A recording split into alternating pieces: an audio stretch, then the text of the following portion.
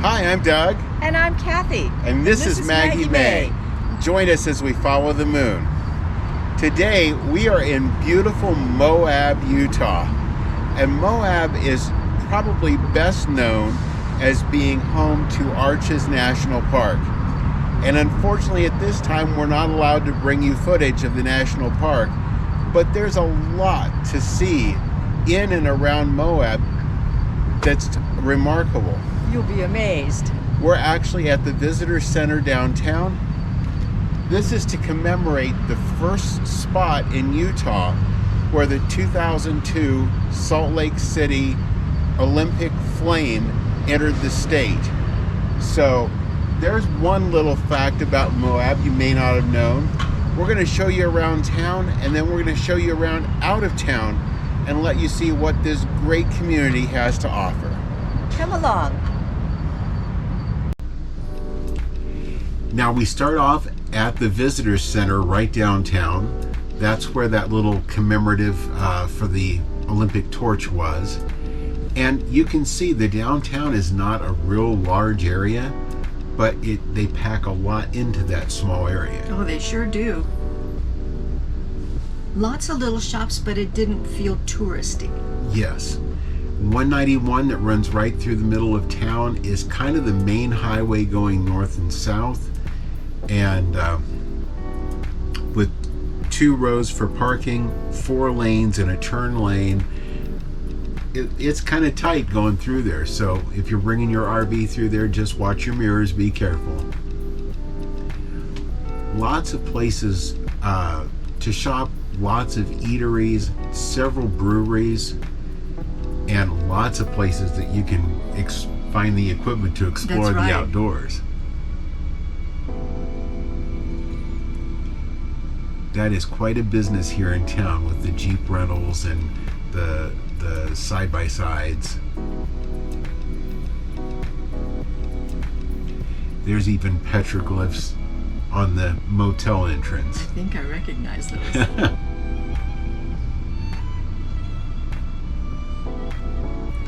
A lot of the restaurants downtown do have outdoor dining. August, when we were here, is one of their hotter months, so we didn't take advantage of a lot of that, but the rest of the earlier part and the later part of the year really are nice to be outdoors. This was one I thought was really cool looking. Zach's, they do pizza, of course, and lots of other things, but I like their open flame out here on the sidewalk. I was wondering if that tree was like feeding it.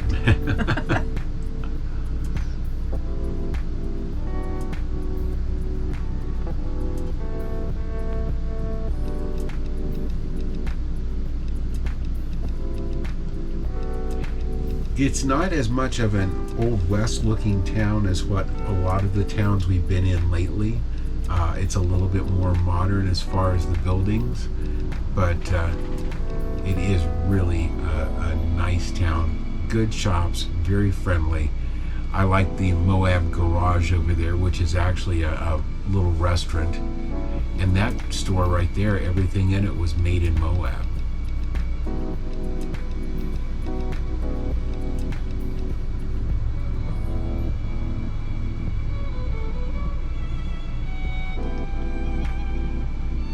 It's very pleasant to just walk around. Yeah, and you should never go hungry in this town, that's for sure, because in addition to all the restaurants, they do have their food truck park. And that food truck park has an awesome place for ice cream. Yes, they do. We would love to have shown you that, but it was kind of melty, so we didn't want to take a whole lot of time. But great milkshakes, and I will say somebody enjoyed a banana split. Yeah.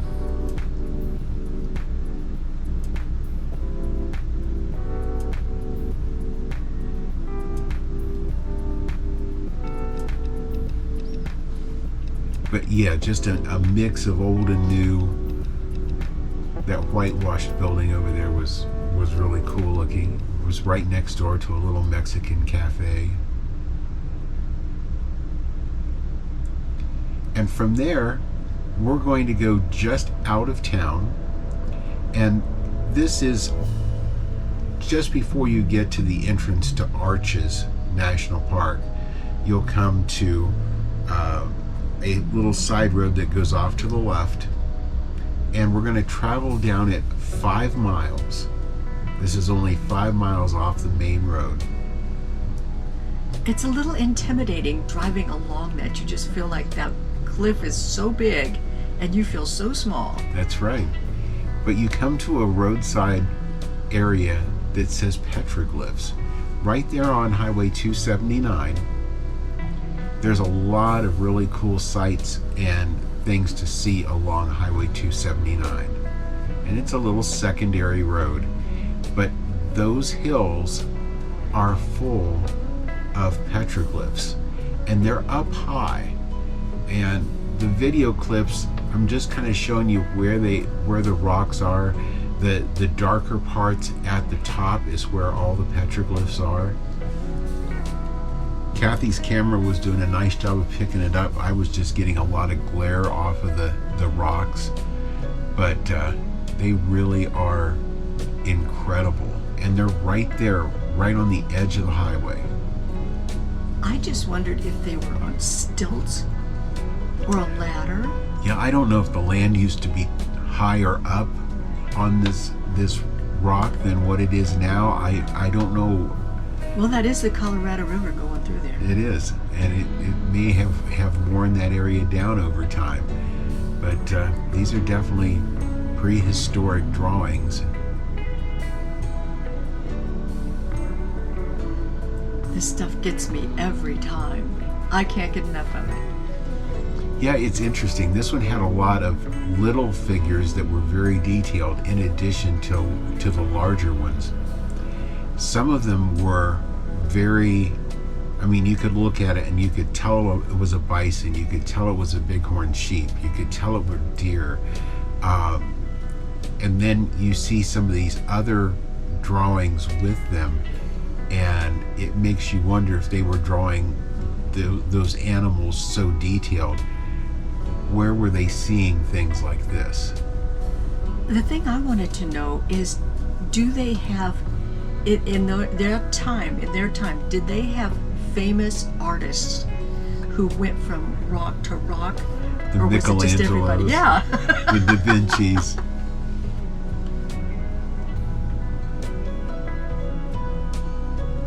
From my understanding, there's a lot of Navajo land in this area, and that either is Navajo or predating the Navajo.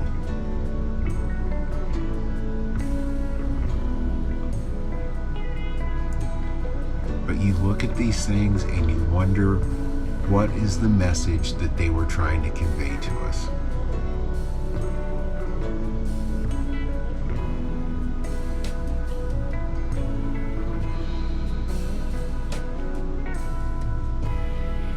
Now from the petroglyphs, we're going to go just a couple of miles down on the paved road and turn off on this little side chute, excuse me, that is gravel, but good gravel at this point.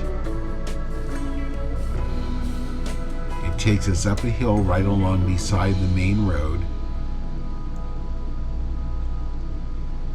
And this is where it really gets interesting. Dinosaur tracks and a few more petroglyphs. This is at the Poison Spider trailhead. And if you look up there on the side of that hill, you'll see a flat panel that's actually come down the side of the mountain. And that flat panel actually has got a couple of dinosaur footprints on it that you can see with the naked eye from a distance. If you're really into climbing, you can get up there and climb up to them. This was the fellow that found them. That was only a quarter mile up there too. It's just lots of rocks to climb. Yeah, it was pretty much up was the operative word. Yes. Now this is the area where it is. This road continues on back, but it is really, really rocky, and awash. We were watching a couple people come through on Jeeps airing down their tires to go on up, and there's several arches back in that area that we would love to have seen, but our little car is not made for that kind of terrain. That's right. But also on that hillside you'll see petroglyphs, and again you can see them with the naked eye. The zoom lens helps bring them in a little bit closer.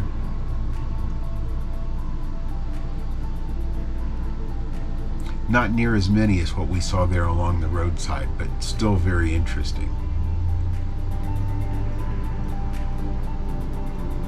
And you have to look because you can miss them. Absolutely.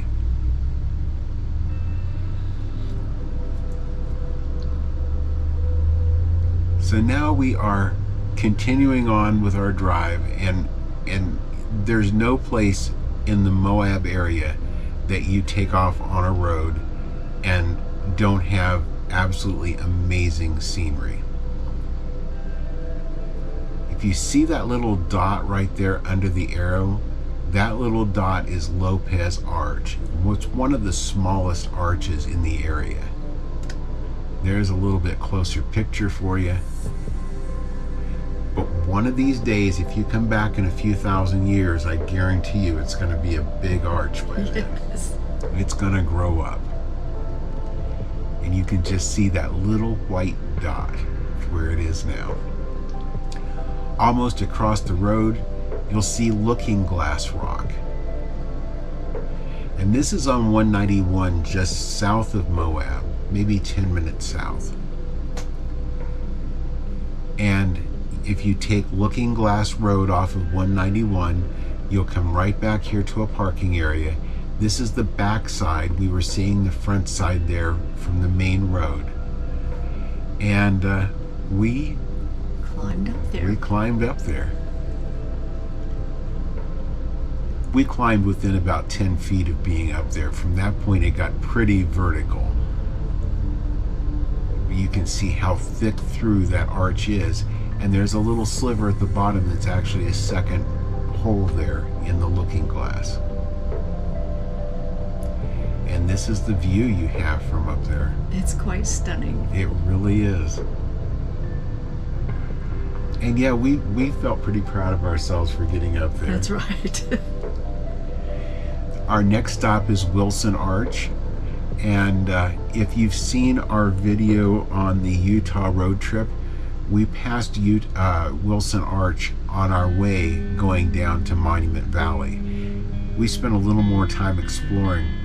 We saw the back side of it from a road going into a housing development that they've put there. But we also got some nice shots of the front side facing the road. And it's massive. There's your raven. There's the raven up there.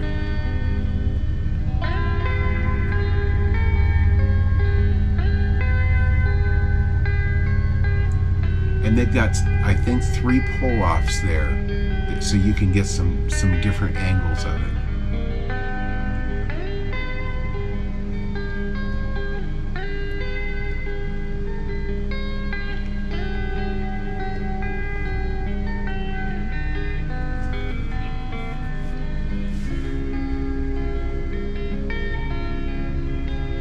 And it's not just the arch, but all the other formations around it are really amazing. Now we're going to head about another 20 minutes south of there, and we're going to bring you to one of the most famous petroglyph spots in the United States, Newspaper Rock Petroglyphs. This is actually on the little road that goes to the south entrance of Canyonland, the Needles area. And it's right off the road. There's a parking area. You probably walk 20 feet and you're back to this. And these are some of the most detailed and well-preserved petroglyphs I think I've ever seen. And you can get right up to them. Yeah, it was pretty cool. Some people will say they can't understand looking at them what they mean. I'm sorry, but I can look at those and see a lot of their life story. Although that ladder with the hands at the top, that got me. Yeah, I'm not sure about that either. There was one point that had, you can actually see it there across the top, a whole row of deer, and I didn't know if that was supposed to be Santa and the reindeer or what they were trying to tell us there. Some of the footprints had 5 toes, some had 6, some had 7. If you start looking at tracks, you could tell some were bears, some were human. Yeah, there was definitely a couple of bear footprints in there.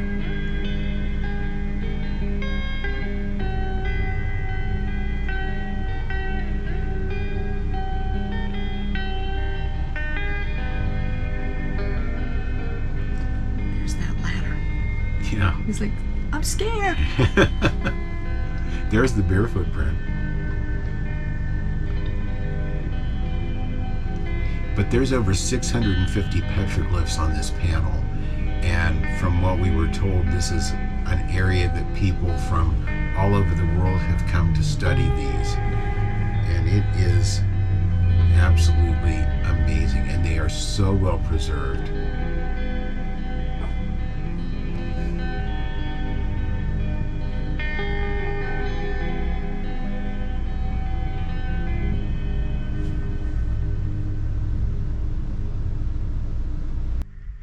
Well, Cathy, we've seen a lot of things around Moab.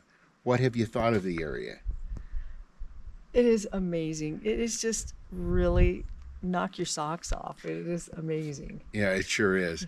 And when people think of this area, they think of Arches National Park. They think of Canyonland National Park. Those two parks are great. There's no doubt about it. But we're showing you here things that are not in the national park that we can bring you in video. And most of these things are along the roadsides. They're free. If you're looking for an amazing getaway vacation, bringing the family and not wanting to break the bank, it's a great place to come. And I think that there's so much more we haven't uncovered. Yeah. I think there's a whole lot more in these hills that nobody has uncovered yet. That's right. With that, if you've enjoyed the video today, leave us a thumbs up. We sure appreciate it. If you haven't already subscribed to our channel, watch for the button at the end of the video. When you click on that, you can also ring the notification bell. That way you'll know when every one of our videos come out. And thank you for following us as we follow the moon.